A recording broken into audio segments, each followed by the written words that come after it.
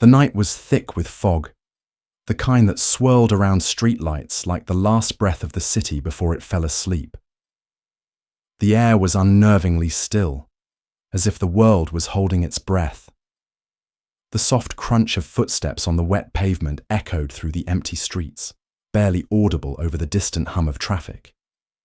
In a small town where everyone knew everyone else's business, the appearance of a stranger was a rare event.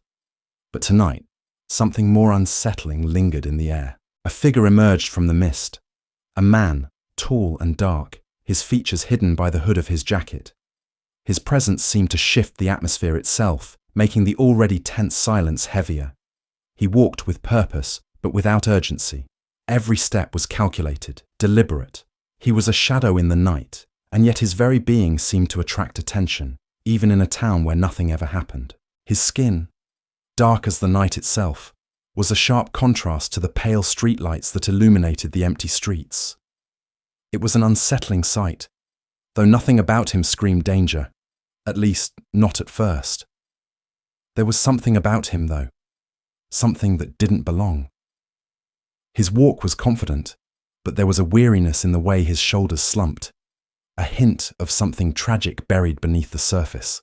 The town, a place where the most excitement came from the occasional late-night fight or a speeding ticket, seemed to hold its breath. The wind shifted, blowing his hood back for a moment, revealing his face. The sharp features, haunted, tired eyes, the faintest hint of a scar running across his cheek, were enough to catch anyone's gaze. But it was his expression, or lack of it, that caught the attention of the town's watchful eyes. He wasn't looking for trouble, but trouble was looking for him. As he crossed the street, a figure emerged from the shadows, one of the town's officers. His eyes narrowed as he studied the stranger, instinctively reaching for his radio.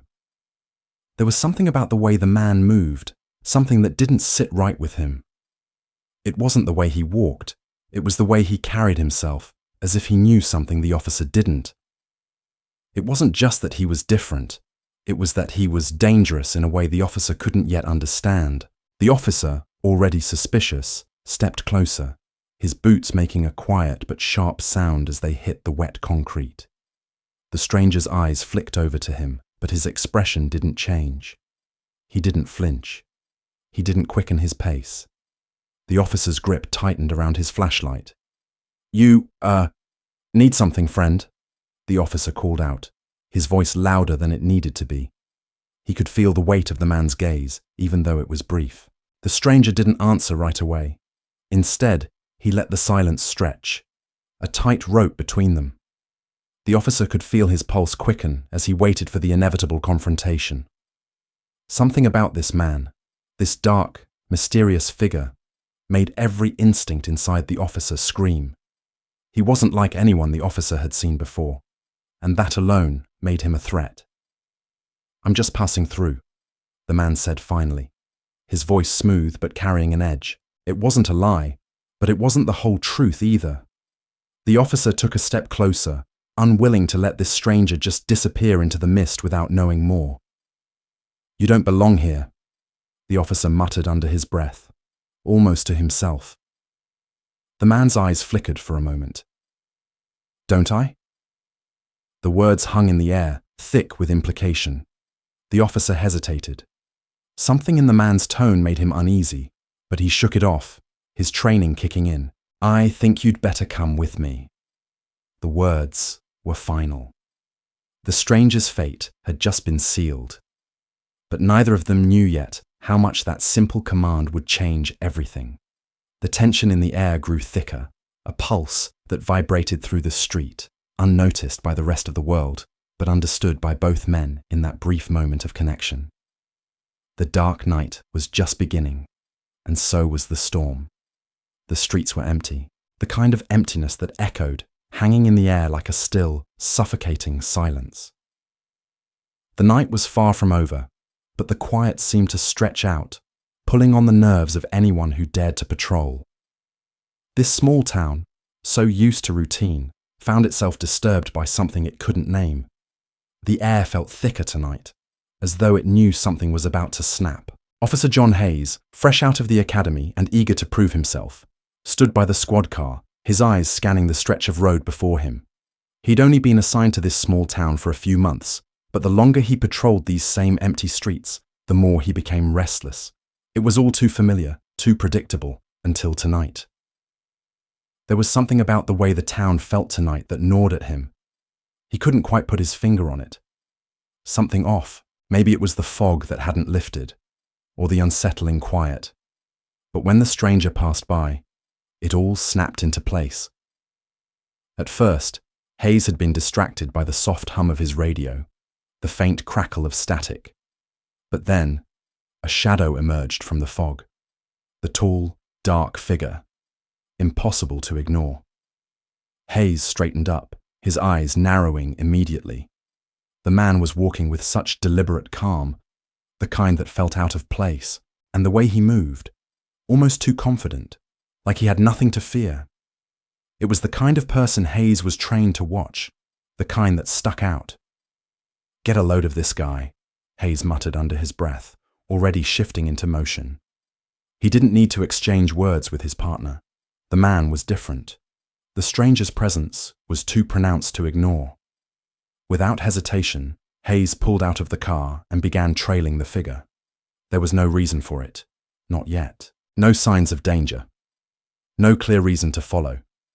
But in Hayes's mind, something didn't sit right. The man was too calm, too out of place. As they walked down the narrow streets, Hayes's eyes remained fixed on the stranger. He noted the man's stride, sure, almost challenging, but it was the face that unsettled him the most. Dark skin, sharp features, eyes that didn't flinch when they met Hayes's gaze for the briefest of moments. Hayes felt a twinge of unease, but it was something deeper, something he had been taught to feel, perhaps without ever questioning it. He's trouble. The thought flashed through Hayes's mind before he could stop it. His gut told him this man didn't belong in a place like this, not with people like them. "Keep an eye on him," Hayes muttered into his radio, his voice lower now, as if to not disturb the silence of the night. He wasn't sure why, but he needed backup. Maybe it was the way the man carried himself, the faint glint in his eye that made Hayes feel like he was being measured, scrutinized. A few moments later, Officer Daniels, his partner, rolled up beside him in another squad car. He didn't need to ask what was going on. He knew Hayes's type. Ambitious, eager to rise through the ranks, the kind who wanted to make their mark. "What's the play?" Daniels asked, eyes glancing towards the figure ahead. "Follow him," Hayes said with a cold certainty. "I have a feeling about him." As they tailed the stranger, the tension between the two officers grew. Hayes couldn't shake the feeling that something was about to happen. He had been told to trust his instincts, and this was one of those moments. Something about the man didn't add up, and Hayes was determined to find out what it was. The streets felt longer as they followed, the stranger's shadow slipping through the fog like a wraith. He wasn't acting suspiciously. Not yet. But Hayes could feel the weight of his presence pressing down on the air. The town was starting to feel smaller, like it was closing in on him. "Think he's been drinking?" Daniels asked, voice low, but there was a hint of something else beneath the words, an edge to his tone, as if the idea that this man might be a problem was easier to stomach if it was linked to alcohol or disorderly behavior. "No," Hayes answered firmly, watching the way the man's head tilted as he walked. He's too aware for that. But Hayes wasn't just following this man because of his unease. There was something else, something lurking under the surface that he hadn't quite admitted to himself. He doesn't belong here. The thought hit him like a flash of light. He couldn't ignore it. He couldn't ignore the way the man looked different, the way he made everyone else in the town feel out of place, even if they didn't know why. Hayes felt his pulse quicken. He wasn't sure if it was because of the man or because of something else entirely. Something inside him twisted. The stranger turned down an alley, and Hayes followed without hesitation, glancing back to make sure Daniels was still behind him. As they rounded the corner, the stranger stopped, his back still turned to them. For a brief moment, He seemed to pause, as though sensing their presence. "Hey, stop!" Hayes shouted, his voice louder than it needed to be. It wasn't just the man's presence. It wasn't just the strange feeling.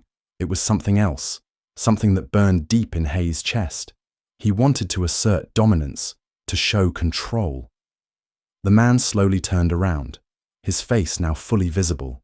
Hayes didn't flinch, but there was a moment of hesitation. The man's eyes locked with his, intense, unwavering.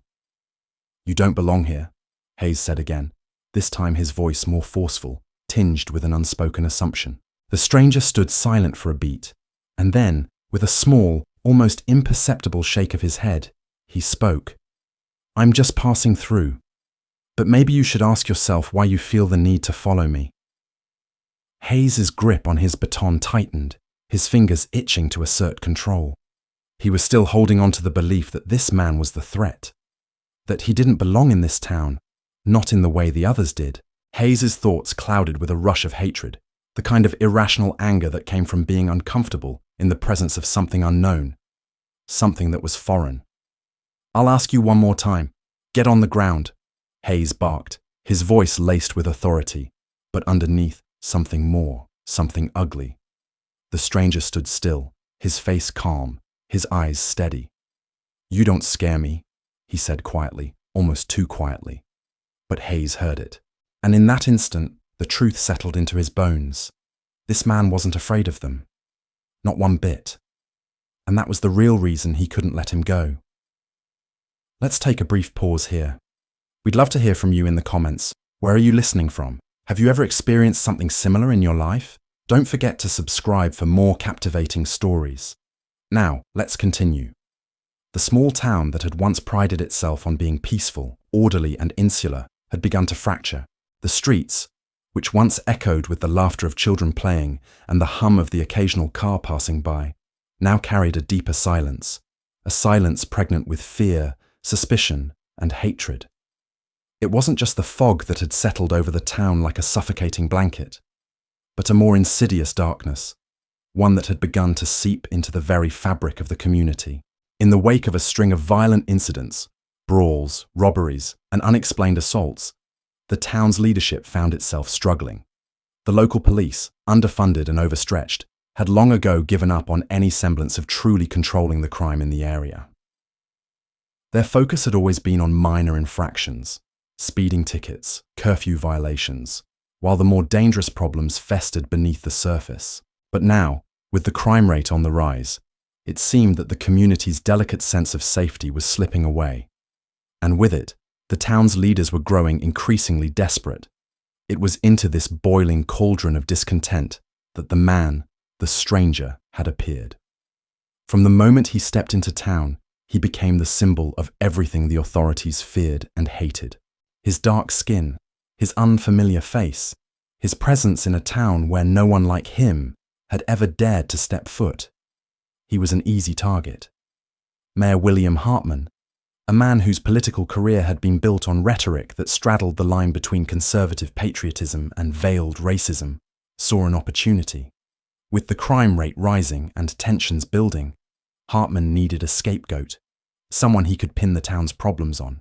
And the stranger, this man who had dared to walk through the town with the audacity to not fit in, was perfect. "Look at him," Hartman muttered, pacing back and forth in his office, his voice low but filled with venom. "He's everything we've been fighting against. He's not one of us, not one of our people." Beside him, Chief of Police Arnold Turner stood silently, his face impassive. He had been on the force long enough to know how the system worked. Hartman's words weren't just a call to action, they were a command. Turner had seen the undercurrents of racism running through the town for years, but now, with the mayor's backing, those currents were beginning to surge. "He's got to be the one," Turner said finally, breaking his silence. "We've had enough of these random incidents. People are scared. They want someone to pay." "Exactly," Hartman said, his eyes narrowing with resolve. "We need to send a message. We need to show them that we are in charge, that we won't let outsiders, people like him, come in and destroy what we've built here." Turner nodded, his lips curling into a grim smile. He knew what needed to be done. The stranger would be the fall guy, the one they would sacrifice to keep the town's fragile peace intact. It didn't matter that the man had done nothing wrong. What mattered was control. What mattered was power. And what mattered most was making sure that the townspeople remained loyal to their leaders, unquestioning of the authority that held sway over their lives. Hartman paused for a moment, as if contemplating something. Then he spoke again, his voice colder this time. "We need to make sure this sticks. If we can't find a real crime to charge him with, we'll create one. If we have to fabricate something, make the case so strong that no one dares question it, then that's what we'll do. We'll show them all that we won't tolerate people like him." Turner's eyes lit up, a mix of excitement and malice swirling in his gaze. "I can make it happen, Mayor.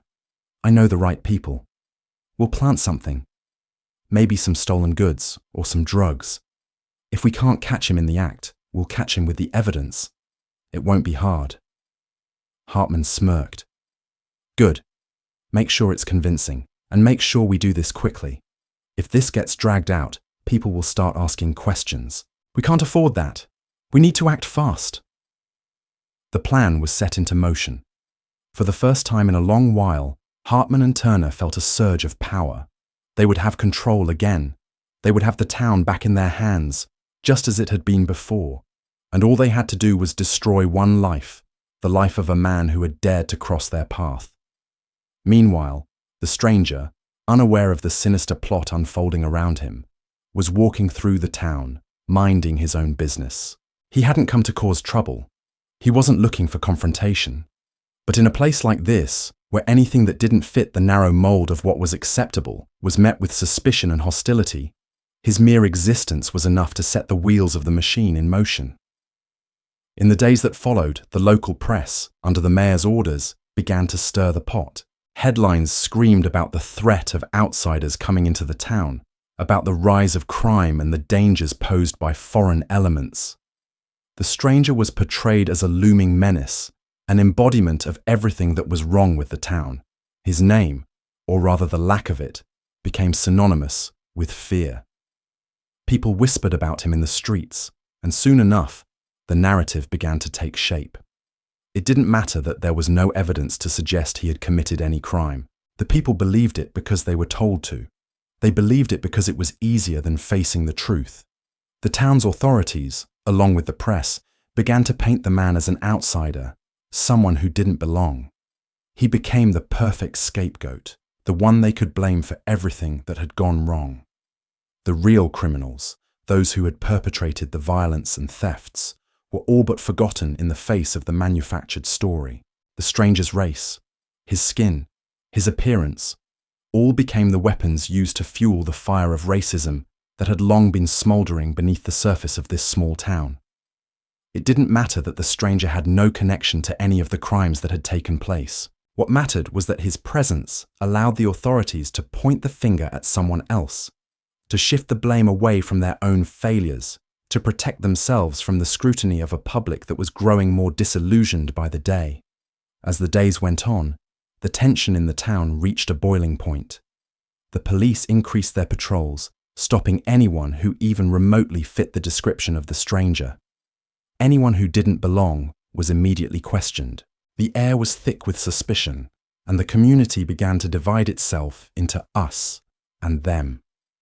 People who had once been neighbors, friends, began to avoid one another. The town, which had prided itself on its sense of unity, now found itself splintered, torn apart by an unfounded hatred. No one dared speak out. No one dared challenge the narrative that had been so carefully constructed. To do so would be to align oneself with the outsider, the enemy, the other. In the end, the stranger had become exactly what the authorities needed: a symbol of fear and hatred, an embodiment of everything they could use to maintain control over the town. His innocence didn't matter. The truth didn't matter. All that mattered was power, and the authorities would do whatever it took to hold onto it, even if it meant destroying a man's life in the process. The real criminals, the ones who had caused the violence, were forgotten in the wake of this manufactured crisis. The authorities had succeeded in creating the perfect distraction. And as the man stood in the shadow of their lies, he had no idea that his life had already been decided for him. The clock was ticking, and the storm that was about to break would leave no one untouched. The morning sun had barely begun to peek through the clouds, casting long shadows across the empty streets of the town. It was as though the town itself held its breath in anticipation, waiting for something inevitable to occur. The air was thick with tension, and the heavy fog that had settled over the village the night before still clung to the corners of every building, wrapping the town in a sense of foreboding. The stranger's arrest had been a topic of hushed conversations, whispered in dark corners, discussed behind closed doors. The town was uneasy, but the authorities, with their iron grip on the narrative, were certain they had made the right decision. After all, the stranger was everything they had said he was: dangerous, an outsider, someone who didn't belong. The lies had been spun so skillfully, the story fed to the people so carefully, that now no one questioned it. The young officer, Sean Mitchell, stood in the briefing room, his hands trembling slightly as he adjusted his uniform. This was it, the moment he had been waiting for. This was his chance. The case of the stranger was going to be his ticket to promotion, the stepping stone he needed to rise in the ranks. The higher-ups had been clear about one thing: make the arrest, and there would be rewards. The chief had even mentioned a potential spot in the detective division if Mitchell played his cards right. "Mitchell," Chief Turner's voice cut through his thoughts. "You're up. Remember what we're after. This is your moment. Do what you need to do." Mitchell nodded, the excitement rising in his chest. He had always dreamed of being noticed, of making a name for himself. The stranger's fate, however unjust, was about to be sealed. He had been watching the man for days, observing his every movement. The stranger's routine was simple. He didn't run, didn't hide, and that was what made him so suspicious. His calmness, his defiance in the face of their suspicion, was what fueled Mitchell's desire to put an end to it. "Get him," Turner added with a smile that made Mitchell's stomach churn slightly. There was no empathy behind it, only cold calculation. As Mitchell made his way to the alley where the stranger had been spotted the night before, his mind raced with thoughts of his own ambitions. The town had already begun to swallow the lie that the man was involved in the recent crimes, and Mitchell would be the one to deliver the final blow. He wasn't concerned with whether the man was guilty or innocent. He didn't need to be. The town needed someone to blame, and Mitchell was more than happy to oblige. When he turned the corner, there he was, the stranger, standing still, as if he had been waiting for them. His back was straight, and his eyes didn't flinch as Mitchell approached. For a brief moment, the officer's heart skipped a beat. There was something about the way the man stood, his defiance radiating outward like a quiet storm, that unnerved Mitchell. It was as if the stranger was daring him to make a move. "Turn around. Hands where I can see them," Mitchell barked, his voice shaking with a mix of fear and excitement. The stranger didn't move. For a moment, Mitchell's mind raced. He had no real evidence to back up the arrest, just the vague suspicion that had been fostered by the whispers of the town. And yet, there was something satisfying in the idea of bringing the man down. He wasn't sure why the stranger bothered him so much. Maybe it was his calmness. Maybe it was the way he looked at Mitchell like he knew something the officer didn't. Or maybe it was the fact that the stranger didn't belong here, not in Mitchell's town. The man's eyes narrowed slightly, and for the first time, he spoke.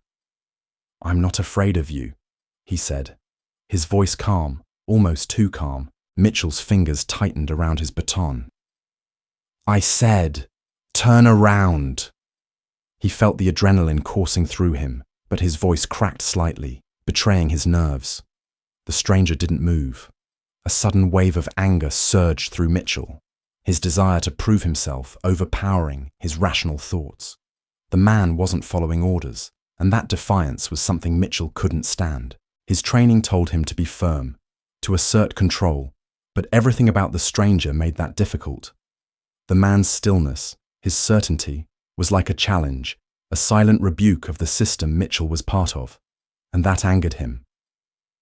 "You're under arrest," Mitchell said, stepping forward with force, slapping the cuffs on the stranger's wrists. for suspicion of involvement in multiple crimes in this town. You have the right to remain silent, though it won't make a difference. The stranger didn't flinch, didn't react. His eyes never left Mitchell's, and that unnerving calmness lingered between them, a barrier that Mitchell couldn't break. He twisted the stranger's arm roughly, pushing him toward the squad car. But still, the man didn't react. He was nothing like the criminals Mitchell had dealt with in the past, those who cowered, begged for mercy. No, this man was different. He wasn't afraid, and that made Mitchell uneasy in ways he couldn't understand. As they reached the car, Mitchell shoved the stranger into the back seat. "You'll regret this," Mitchell muttered, but the man simply smiled, a small, knowing smile that made Mitchell's blood run cold. The drive to the station was silent, except for the occasional rustle of the man shifting in the back seat. Mitchell kept his eyes on the road, but his mind raced. He had done it. He had arrested him. The higher-ups would be pleased. His future was secured. But something gnawed at him, a nagging thought that he couldn't shake. He looked at the man in the rearview mirror, the way the stranger seemed completely unaffected by the arrest. He was defiant, yes, but it was a quiet defiance. One that suggested this man had already been through much worse. That kind of calmness, so unshakable, so certain, was dangerous. It made Mitchell question everything he had been taught about law and order. The town had painted this man as a villain, but as they drove in silence, Mitchell couldn't help but wonder, what if the story they had told was a lie? When they reached the station, Mitchell opened the back door, yanking the stranger out of the car with more force than necessary. But still, the man didn't resist. He simply followed, his gaze never leaving Mitchell's face, his expression one of quiet understanding, as if he knew exactly what was happening, even if Mitchell didn't. As they entered the holding area, Mitchell could feel the weight of the moment pressing down on him. His career was on the line, but so was the life of the man he was about to imprison. He pushed those thoughts away, focusing instead on the triumph, the rewards that would come. The stranger was just a pawn, a tool to further his career. But deep down, something told him this wasn't going to be as easy as he had imagined. And as he led the man to the interrogation room, Mitchell's stomach churned, and the quiet defiance in the stranger's eyes stayed with him, haunting him. The room was suffocatingly dark, save for a single overhead light that flickered intermittently. Its harsh glow illuminated the cold, sterile walls, casting long shadows that stretched across the floor. The air was thick with the smell of stale coffee and desperation, and the faint hum of the fluorescent bulb overhead did nothing to ease the tension in the cramped space. Officer Sean Mitchell stood by the door, his hands gripping his notepad tightly, his nerves still raw from the arrest. He had been expecting the interrogation to go smoothly, expecting to break the man easily, to force him to admit whatever lies they had already decided on. But this was different. The man, his prisoner, hadn't uttered a word since he was brought in. He hadn't shown the slightest sign of fear, or even the typical panic most criminals exhibited when they knew they were about to face the wrath of the law. "Sit down, you piece of shit," grunted Detective Kyle Jenkins as he shoved the stranger roughly into the metal chair in the center of the room. Jenkins was a veteran, a man who had seen everything, and yet this felt different. There was something about this man that unsettled him. His silence, his stillness. He was not reacting the way people were supposed to react when they were caught. Most criminals would break under pressure, would beg for mercy. But not this man. The stranger was unmoved. His posture was perfect, sitting tall, his face unreadable, almost serene. Jenkins slammed his hands on the table in frustration. "How many times are we going to go through this?" he spat. "You're not going anywhere, and you're not leaving here until you tell us what we want to know. You think you can just walk into our town, spread your filth, and then stay silent like you don't owe us an explanation?" The man's eyes flickered, briefly locking with Jenkins, but he didn't flinch. He didn't speak. He didn't even seem to acknowledge the insults. Mitchell, standing to the side, felt a surge of nervous excitement. This was his chance. He had to be the one to break the man. If they could get him to talk, it would seal the case. Tell him to start talking, Mitchell muttered to Jenkins, trying to sound authoritative. We need something, anything to pin on him. Jenkins nodded, though his frustration was growing. He leaned down and sneered at the stranger. You think you're better than us, huh? You think you're smarter? We can make your life hell, you piece of shit. You're nothing but a burden on this town. The stranger still said nothing, his face as emotionless as ever. The longer the silence stretched, the more Jenkins grew angry, almost irrational. There was something about the man's calmness that gnawed at him. The stranger wasn't just resisting, he was ignoring them completely. That was what infuriated Jenkins the most. Fine, Jenkins spat, slamming his fist on the table. If you won't talk, we'll just have to make you.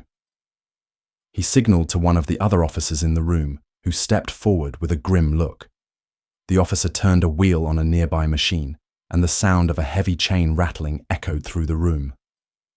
With quick, practiced movements, they strapped the stranger into a chair, tightening his restraints until the skin of his wrists and ankles turned white from the pressure. The light flickered again as Jenkins stood in front of the man, his fists clenched in rage. You're going to talk one way or another, he growled. Jenkins's next move was swift. He grabbed the stranger's face with both hands, jerking his head back roughly, forcing his chin upwards. The stranger's eyes stayed steady, unwavering, staring straight into Jenkins's eyes without a flicker of fear. Tell me everything. We know you were involved in the crime. We know you brought the violence here. Your kind always does. So what are you hiding? The words were a blatant racial jab, a cruel accusation that had little to do with facts and everything to do with the hatred buried deep in Jenkins's heart. The stranger's response was the same: silence. Frustrated, Jenkins struck the table with his palm, the sound reverberating in the room. He couldn't understand it. Why wasn't the man begging for mercy? Why wasn't he cowering like the others? This was supposed to be a routine interrogation, but the stranger's composure rattled him. Jenkins stepped back and nodded to Mitchell. You try. Maybe you'll have better luck than me. Mitchell hesitated. He'd seen Jenkins push harder, seen the detective break people before. But this felt different. He wasn't sure if he had the stomach for it. But then, his thoughts shifted to his career. How this interrogation could catapult him to where he wanted to be. He couldn't let this man stand in his way. He had to make him talk. He had to show everyone that he was in control. Mitchell stepped forward, his voice cold. Look at me, he commanded, grabbing the stranger's chin and forcing him to look up. You have no idea what we can do to you. You're going to regret this. You're going to wish you'd said something sooner. The man said nothing. Mitchell could feel the tension building, his own temper starting to rise. He slapped the man across the face, hard. The slap echoed in the room, but the stranger barely reacted. His skin was slightly red from the blow, but his eyes, those piercing, unflinching eyes, never wavered. You think you're tough? You think you can just sit there and act like nothing's wrong? You're not better than us. Mitchell spat, his voice trembling with anger. You're nothing but a filthy outsider, and if you don't start talking, we'll make sure you regret ever stepping foot in this town. Still, the stranger remained silent. He didn't flinch, didn't even look away. Every word, every slap, every attempt to break him was met with an unyielding quietness. Jenkins slammed his fist on the table again, this time sending a coffee cup crashing to the floor. Why aren't you breaking? Why don't you care? Why won't you talk? The question hung in the air like a challenge. It felt like the room was closing in on them. And then finally, the stranger spoke. His voice low, calm, unwavering. I'm not afraid of you.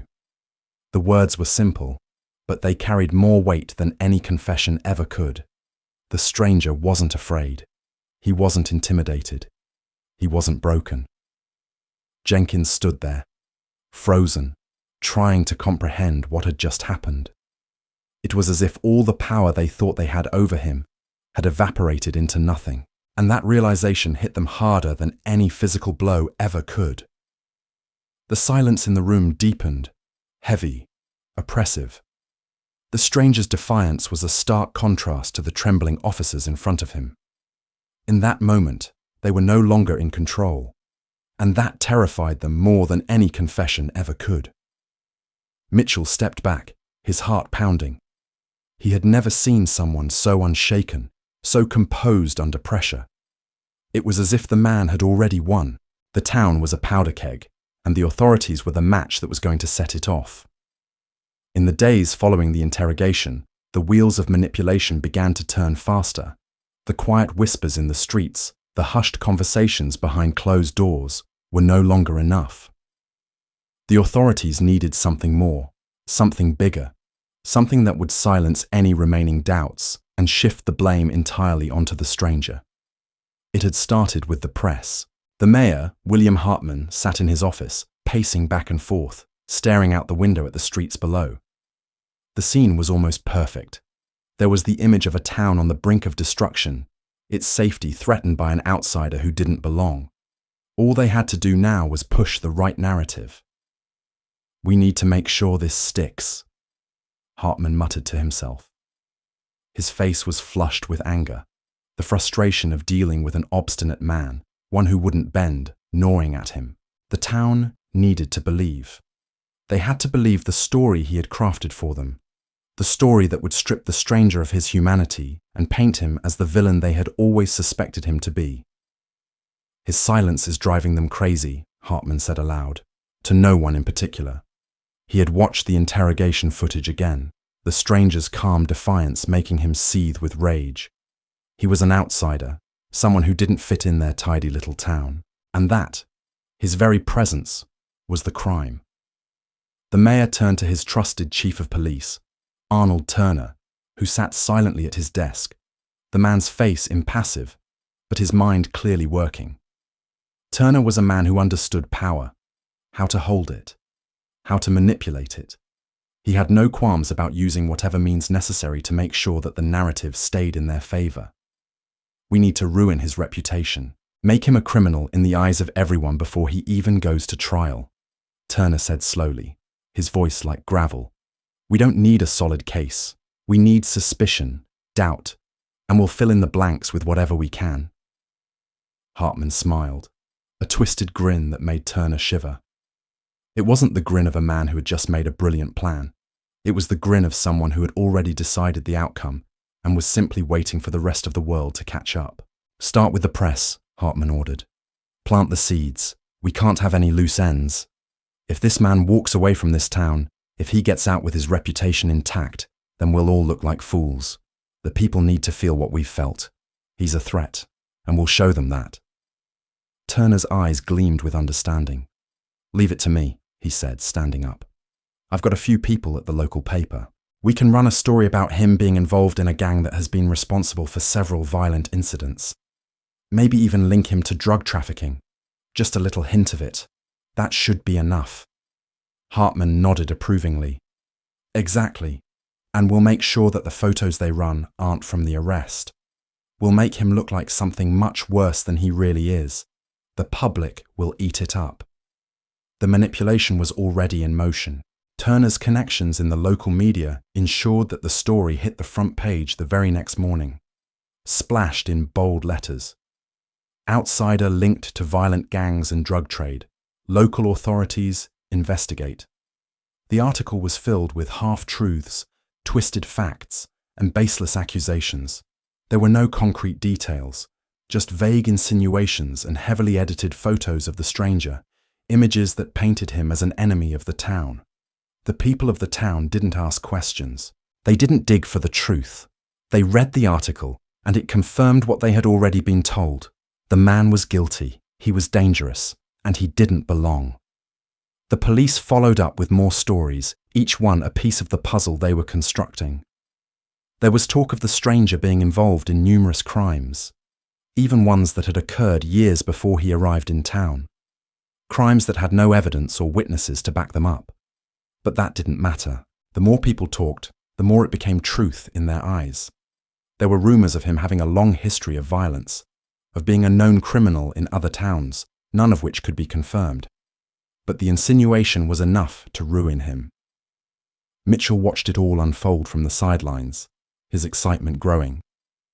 The stranger's reputation was in ruins, and Mitchell was part of it. This was his career. This was his moment. He had done what was asked of him. He had arrested the man. He had made the case strong enough to get people on his side, and now the man would be remembered as nothing but a criminal, an outsider. Everywhere Mitchell went, the whispers followed. People looked at him differently now. There was a sense of respect in their eyes. The same people who had once called him just another rookie officer were now looking to him for guidance. He was no longer a mere cog in the system. He was part of something bigger.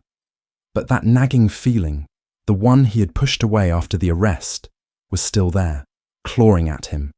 The stranger had been quiet, yes, but was he really guilty? Was it really as simple as the lies they had fed the public? Mitchell couldn't shake the thought that something wasn't right, but as long as the man remained silent, as long as he refused to break, it would be impossible to fight the overwhelming tide of public opinion. They had already decided his fate. And so, the town shifted. The streets that had once been filled with confusion now buzzed with certainty. The whispers about the stranger faded into hate-filled glares. He was no longer a man. He was a symbol of danger, of everything the town feared and loathed. And those who dared to question the truth were now seen as traitors, as sympathizers with an outsider who had no place in their home. The stranger, who had not uttered a single word in his own defense, was slowly being erased from existence. His reputation was shattered, his character slandered, and now it was only a matter of time before they made sure he would never have a chance to speak the truth. But deep in the shadows, the stranger was still silent, still watching, still waiting. And as the lies piled up, something in him hardened, a quiet resolve that he would never bend, never bow. They could manipulate the story, but they couldn't destroy him, not completely. The storm had only just begun. The trial was the grand spectacle they had been waiting for. It was more than just a courtroom proceeding. It was a stage set for the public to witness the ultimate act of control, of power, and of domination. The courtroom, once a place of justice, now felt like a theatre of the absurd, where the truth had been stripped of any real meaning, leaving only a crude narrative built on hatred and fear. The stranger, now a shadow of his former self, sat at the defendant's table. His face was hollow, eyes sunken from days and nights of isolation, but his gaze never wavered. The silence he maintained was not just a refusal to speak, it was defiance. The kind of defiance that scared the authorities, the kind of defiance they would stop at nothing to break. At the front of the room, behind the prosecutor's table, stood Prosecutor Benjamin Wells, a man who had built his career on handling cases like this. Wells was a master of the system, a man who knew how to play the game. He didn't care whether the stranger was guilty or innocent. That wasn't the point. The point was to win, to secure a conviction, and to further his own ambitions. This case, like so many before, was just a stepping stone on the path to more power, more prestige. But it wasn't just Wells who saw the trial as an opportunity to advance his career. Officer Sean Mitchell, now playing a key role as a witness for the prosecution, stood at the back of the courtroom, watching the proceedings with a mixture of excitement and anxiety. He had been eager to put the stranger away, to show that he could rise above the others, to prove that he was more than just a rookie. And now, here he was, testifying in a case that was bigger than anything he had ever experienced before. Mitchell's voice trembled slightly as he recounted the arrest, the way he had confronted the stranger, the dangerous criminal that he had apprehended. Every word he spoke was carefully crafted, designed to paint the man as an outsider, an invader who did not belong in their world. His testimony was laced with subtle racial undertones, unspoken assumptions about the stranger's presumed guilt based solely on his appearance, his skin color, and the fact that he came from somewhere far away. The defense attorney, a tired and overworked man named Henry Clark, did his best to counter the prosecution's narrative, but his voice barely made it past the noise of the crowd, the press, and the authorities. He spoke of injustice, of the way the system had already condemned the man before the trial even started. but his words were lost, drowned out by the overwhelming tide of racial hatred that had been stirred up long before the first witness had even taken the stand. The jury sat motionless, their faces a mixture of indifference and barely concealed judgment. Their minds had already been made up. The public had spoken. The press had painted their picture. The man was guilty. The color of his skin had already sentenced him before a single piece of evidence was even presented. The prosecutor's closing arguments were delivered with a slick, practiced ease, his words dripping with the venom of someone who had mastered the art of manipulation. He painted the stranger as a foreign invader, someone who had come to disrupt the peace, to bring chaos into their orderly lives. Every word he said was designed to push the jury's buttons, to remind them that this man was not like them, that he didn't belong. He didn't fit in their world, and that made him dangerous. "Your Honor, ladies and gentlemen of the jury," Wells began, his voice smooth, confident, dripping with disdain. "This man, this outsider, has come into our community, and we all know what happens when people like him enter a peaceful, orderly town. His kind has only one purpose: to cause trouble, to disrupt our way of life. He is guilty of more than just the crimes he's being accused of. He is guilty of poisoning the very fabric of our society." The stranger's eyes locked onto Wells's, unwavering, unblinking. There was no fear in his gaze, only a quiet, defiant strength that made Wells shift uncomfortably. The prosecutor continued, his words gaining momentum. "This is the kind of man who would destroy everything we've worked for, everything we've built. We cannot afford to let someone like him walk free. We cannot afford to let the laws of our land be undermined by criminals who think they can come in, take what they want, and leave without consequence." It was a performance, a grotesque charade designed to manipulate the emotions of the jury, to make them feel as if they were protecting their homes, their families, their very way of life. But underneath the veneer of righteous indignation, it was all about control, about maintaining the status quo, about keeping the others in their place. Mitchell was called to the stand next. He took a deep breath, his heart pounding in his chest as he faced the jury, his eyes flicking briefly to the stranger sitting at the defendant's table. He could feel the weight of the moment pressing down on him, and he knew this was his chance. This was the moment that would cement his position in the department, his ticket to a bigger future. As Mitchell recounted his version of the events, the arrest, the dangerous situation he had been in, the way the stranger had refused to cooperate, he made sure to emphasize every detail that reinforced the narrative the prosecution wanted to sell. He spoke of the man's defiant posture, of the intimidating way he had stared at the officers, of the hostile attitude he had shown from the very beginning. His silence was a sign of his guilt, Mitchell said, his voice shaking slightly with the weight of his own conviction. The fact that he wouldn't speak, that he didn't seem afraid at all, that tells you everything you need to know about him. Every word he said reinforced the racial prejudice that had already been planted in the minds of the jury and the public. The stranger wasn't just a suspect. He was an outsider, someone who didn't belong, someone who was inherently dangerous simply because of who he was and where he came from. The color of his skin made him a threat, and that was all the jury needed to hear. The defense tried to object, to argue that Mitchell's testimony was laced with racial bias, but the judge overruled it. The system was rigged, and the stranger was no more than a pawn in a game he could never win. As the trial progressed, the tension in the room grew. The prosecution's case was built on a foundation of lies, half-truths, and carefully cultivated racism. The defense, though well-meaning, was too outmatched, too overworked to break through the wall of hatred that had been constructed. The stranger had already been sentenced in the court of public opinion, and no amount of evidence could change that. The judge, a man whose impartiality had long been compromised, took the case under advisement, but everyone in the room knew the outcome. The verdict had already been decided. The stranger would be convicted, his life destroyed, his reputation ruined. The system, built on racial segregation and the idea of us versus them, would be reinforced, and the powers that be would continue to control the lives of those they deemed unworthy. In the end, It wasn't about justice. It was about power. It was about control. And the stranger, with his unflinching defiance and his refusal to bow to the system, had become the perfect scapegoat, a symbol of everything the authorities feared and despised.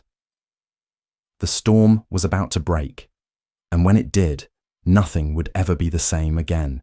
The courtroom had become a battleground, and the stranger, once strong and unyielding, now sat slumped in his chair, broken not by the system, but by the relentless pressure it had placed on him. His body had been worn down by the isolation, the constant insults, and the weight of the lies that had been poured onto him. But his eyes, those eyes that had once radiated defiance, were now hollow, resigned. The trial was drawing to its inevitable close. The prosecution was certain of victory, and the defense had been all but silenced by the overwhelming force of racism and manipulation. Every move had been carefully calculated to break the man, to ensure that the system remained intact. The jury had already decided. The press had already condemned him. The man would be convicted. But as the final arguments loomed, something unexpected happened. A man, well-dressed, tall and confident, entered the courtroom. His presence immediately commanded attention. He walked to the front, his steps sure and deliberate, and his eyes scanned the room with a quiet intensity. He was an outsider, but in a different sense, an elite, someone who didn't belong in this environment, and yet, there he was. His name was Jonathan Pierce. Jonathan Pierce was a high-profile attorney, a partner in one of the most powerful law firms in the city. His reputation was built on winning high-stakes cases for the powerful, the wealthy, the elite. He had everything anyone could ask for: status, money, influence. He could have easily continued on his path, aligning himself with those in power, securing the interests of the rich and powerful. But that day, something had shifted. Something had triggered in him a deep sense of unease as he read the newspaper headlines, as he watched the unjust prosecution unfold. He had always known the system was broken, but he had never been forced to confront it. This case, this trial, forced him to face the harsh truth. This man, this stranger, wasn't just being prosecuted for his alleged crimes. He was being persecuted for who he was, for his skin color, for his background, for being a threat to the social order. Jonathan had made a decision. He would intervene, not because it would benefit him or advance his career, but because it was the right thing to do. He didn't announce himself to anyone as he entered the courtroom, but the moment he stepped forward, the room fell silent. The whispers rippled through the crowd like a tidal wave. The judge paused. The prosecutor's gaze narrowed. This was unexpected, unwelcome, but it was happening. Jonathan Pierce didn't need to introduce himself. His reputation preceded him, and everyone knew who he was. But he wasn't here to play the game of the elite. He wasn't here to help the powerful. He was here to do something far more dangerous. Something that, in this moment, could destroy his career, his standing in society. He approached the judge and quietly asked to speak. The judge, clearly irritated by the interruption, looked at him coldly. "This is highly irregular, Mr. Pierce. What is this nonsense?" "I'm not here to waste your time," Jonathan said calmly. "I'm here to represent the defendant." The room erupted in murmurs. A prominent lawyer, one of the most powerful men in the legal world, offering to represent a man who had already been condemned by the system, a man who didn't have the status or power to fight back. It was unheard of.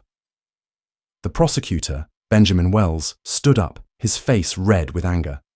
"This is a mockery. This man is guilty. We've already proven that beyond a shadow of a doubt. You, of all people, Mr. Pierce, should know better than to align yourself with this criminal." Jonathan Pierce didn't flinch. He looked straight at Wells, his gaze cold and unwavering. "No, Mr. Wells. What I know is that justice has been twisted into something unrecognizable, and what I'm offering is a chance to fix it."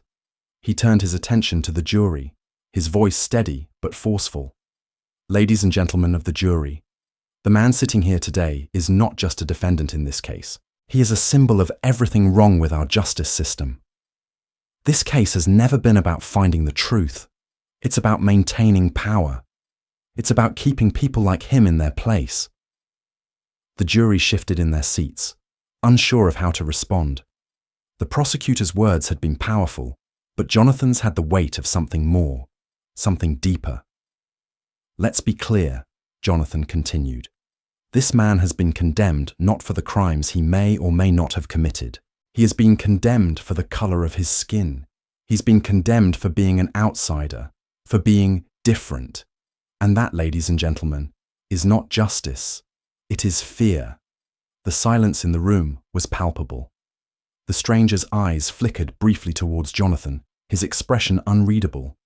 There was no gratitude in his gaze. There was no expectation. There was only the weight of the fight that had been thrust upon him. Jonathan turned back to the judge. "I ask the court to allow me to represent this man, because what's happening here is not just an injustice, it's a travesty. And if I have to stand against the entire system to fight for him, then so be it." The judge, after a long pause, nodded reluctantly. "Fine. You may represent the defendant, Mr. Pierce, but I warn you, this is not a fight for the faint of heart." Jonathan nodded, unfazed. He didn't care. What mattered was that for the first time, someone had stepped into the ring to fight back, not for his own gain, but for something greater. He was going to take on the system that had been built on fear, racism, and hatred, and in doing so, he would break open the rot that had festered for far too long. As he settled into his seat beside the stranger, the tension in the room shifted. There was a new energy in the air, an energy that spoke of defiance, of standing up to the powers that be, no matter the cost. The trial was far from over, but Jonathan Pierce's presence had already shifted the balance. For the first time, the stranger had someone fighting for him who was willing to risk it all. The court proceedings resumed, but everything had changed. The stakes were higher now. The system had always been tilted in favor of the powerful, but now, with Jonathan Pierce in the ring, it was about to face a fight it had never seen before. The stranger had been almost broken, but now, for the first time in a long time, he had hope. And with it, he would fight back, not just for his freedom, but for the justice that had long been denied to him. The battle had just begun, and no one knew what the outcome would be. But one thing was certain. It would be a battle like no other. The courtroom had been a battlefield for weeks, but now, the trial had taken on a life of its own. What had once been a localized, almost insignificant case in a small town had now become a national spectacle. The case of the stranger, the outsider, had captured the attention of the media, and the pressure was mounting, both inside and outside the courtroom. The trial was no longer just about him. It was about something much bigger. The very foundations of the justice system and the unspoken racial inequalities that it perpetuated. The media, once quick to label the man as guilty, now found themselves caught in a whirlwind of new revelations. As each day passed, the story evolved, spinning out of control in ways no one had anticipated. New evidence surfaced, killing the narrative that had been so carefully constructed by the prosecution. It started small, one reporter, then another, digging into the history of the town, the history of the authorities who had been involved in the case. What they uncovered was a deeply disturbing web of lies, corruption, and racial prejudice. The town's leaders, those who had orchestrated the case against the stranger, had more skeletons in their closets than anyone realized. It began with the discovery of old court records that tied some of the town's most prominent figures to a series of racist incidents ignored by the local media for years. Benjamin Wells, the prosecutor, was found to have a history of similar cases in which people of color had been falsely accused and convicted, cases in which evidence had been ignored, and in some instances, even fabricated. Wells had built a career on targeting vulnerable minorities, using the power of his position to suppress evidence and ensure convictions that suited the agenda of those who supported him. Then came the discovery of old police reports that had never seen the light of day, detailing the unjust treatment of the stranger before his arrest. Officer Mitchell, the one who had first apprehended the man, was shown to have a history of racial profiling, his past full of questionable conduct, not only in the town, but in neighbouring districts as well. His record had been cleaned up, buried under layers of bureaucracy, but a few journalists, determined to expose the truth, found the damning details. Mitchell's role in this case was now under intense scrutiny. His testimony had been pivotal in shaping the public narrative, and with these new revelations, everything he had claimed began to unravel. The town, which had once seen him as a local hero, now began to see the cracks in his story. The same man who had been so eager to convict the stranger was now being revealed for what he was, a man driven by personal ambition, a man who used his badge to further his own racist beliefs. But it wasn't just the officials who were exposed. The media, once complicit in fueling the story of the dangerous outsider, now had to contend with their own complicity. Journalists, who had once parroted the biased narrative, now had to grapple with the overwhelming evidence that had been uncovered. The stories they had run about the stranger, about his supposed gang ties, his criminal past, his threatening demeanour, were based on nothing but carefully crafted lies. What they had reported, what they had printed, was now undeniably part of the system of oppression that had nearly destroyed this man. The town, once united in their belief in the stranger's guilt, began to fracture. People who had once called themselves his friends started to question their own complicity. Were they blind to the truth? Had they been manipulated by the system they trusted for so long? The sense of guilt was palpable, and as the evidence mounted, it became clear. The trial wasn't about justice. It was about power. It was about maintaining control. The truth was a weapon, and those who held it were now beginning to wield it against the very system that had tried to bury it. And then came the final blow, the revelation of an email exchange between Wells and Mitchell, exposed by an anonymous whistleblower, that would forever change the course of the trial. In the emails, it was clear that Wells and Mitchell had conspired to manipulate the evidence from the beginning, to fabricate the charges against the stranger. Wells had instructed Mitchell on how to twist the details of the arrest, how to withhold key pieces of evidence that might exonerate him. The message was simple. The stranger had to be convicted, no matter the cost. When this evidence came to light, it sent shockwaves through the entire case. The defense team, led by Jonathan Pierce, immediately filed for a mistrial. The public, now fully aware of the corruption at play, demanded justice. Protests erupted in the streets. People took to social media, demanding accountability for the officials who had tried to ruin this man's life. The town, once proud of its simple, insular nature, was now at the centre of a storm of outrage. The stranger, once a faceless symbol of the system's failures, now became a beacon of resistance. His case became a rallying cry for those who had long suffered in silence. His silence, his defiance, had brought this all to light, and the more they tried to crush him, the more the truth spread. Wells, Mitchell, and the other officials who had been complicit in the corruption were now under investigation themselves. The power they had once wielded so easily was slipping through their fingers. The system, which had been built on lies and maintained by fear, was beginning to crumble, and at the centre of it all stood the stranger, no longer just a man in a courtroom, but a symbol of the fight for justice. As the trial continued, the weight of the truth became undeniable. The stranger had not been the threat the authorities had painted him to be. They had been the real threat, the real criminals. And as the jury listened to the mounting evidence, their faces slowly changed. The prejudices they had carried into the courtroom began to fade, replaced by the growing realization that this man, who had been so brutally silenced, was in fact the one who had been wronged. In the end, the case was dismissed. The charges against the stranger were dropped, and the officials who had orchestrated the entire scheme faced their own consequences. The damage, however, was done. The town's reputation would never be the same.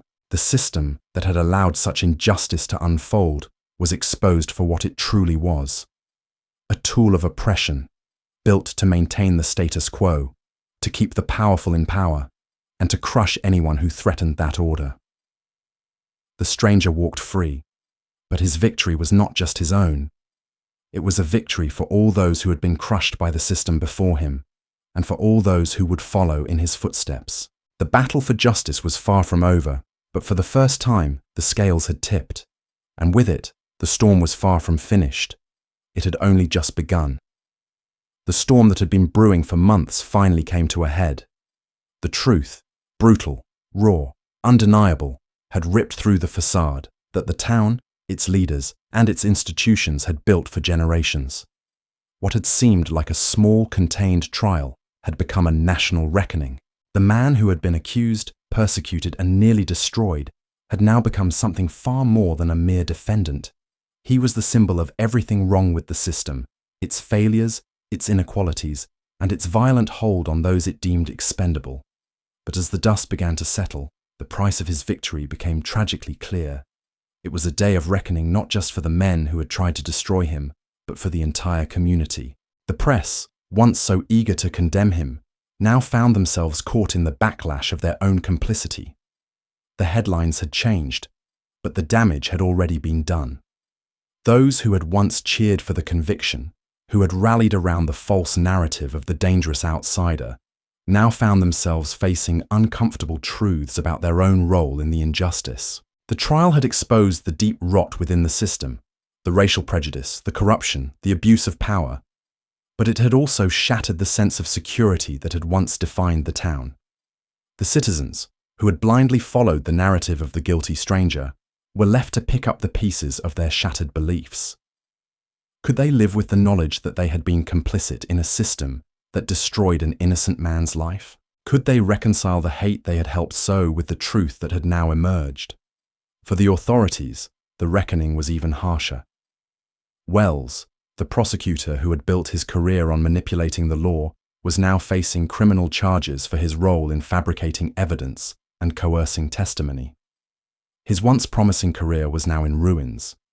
Mitchell, the officer who had arrested the man, was under investigation for racial profiling and misconduct.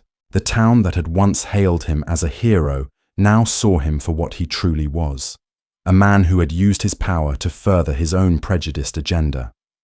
The men who had once been the architects of the injustice now found themselves facing the very system they had corrupted, a system that had finally turned on them. But it was the stranger, the man who had been wrongfully accused, who emerged as the final victor. His name had been cleared, his freedom restored, and yet there was no joy in the triumph. The scars of the battle, the emotional and physical toll, weighed heavily on him. His silence, which had been a shield, now felt like a burden. The years of oppression, the endless nights of isolation, had left their mark. He was free, but the cost of that freedom was far greater than anyone had anticipated. The town, now divided, could not escape the shadow of its past. The battle for justice had been won, but the price had been steep. The stranger had been made a symbol, but in the end, that symbol was hollow. His victory was a reminder of the darkness that lay within the heart of the community, a darkness that had been exposed but not fully eradicated. The wound had been opened, but the healing would take generations. As the authorities, the townspeople, and the media all tried to come to terms with the aftermath, the stranger walked away, no longer the victim, but also no longer the hero. He had achieved what few could ever dream of. He had survived the brutality of the system, and in doing so had torn down the walls of injustice. But the victory was bittersweet. For the people who had sought to destroy him, for the systems that had tried to crush him, there were consequences. The truth had torn through their lives, leaving them broken and exposed. They had been forced to confront their own complicity, and it was a truth they could never escape. And yet, for the stranger, the victory felt hollow. The damage had already been done. His life had been shattered by a system that had been built to keep him down. Even in his moment of freedom, he felt the weight of the past. He was the last victor in a battle that had cost him everything. The town would never be the same. The system had been shattered, but in its wake, the world around him seemed just as broken. The price of the victory had left scars that no one could see, but that everyone would feel. The stranger had walked free, but the chains of the past had not yet loosened. They never would. And so, as the town moved on, trying to rebuild what had been destroyed, The shadow of the past loomed over them all. The truth had been revealed, but it had come at the expense of innocence, trust, and hope. The real question now was whether the community could ever heal from the wounds they had inflicted upon themselves. Could they ever escape the darkness of their own history? The storm had passed, but its consequences would echo for years to come. The stranger had won, but the victory had been bought with a price so high that no one could truly understand its cost. The system had been exposed. The corrupt authorities had been punished, but the true price of justice, of redemption, remained unclear, lingering in the air like the smoke of a fire that had yet to burn out completely.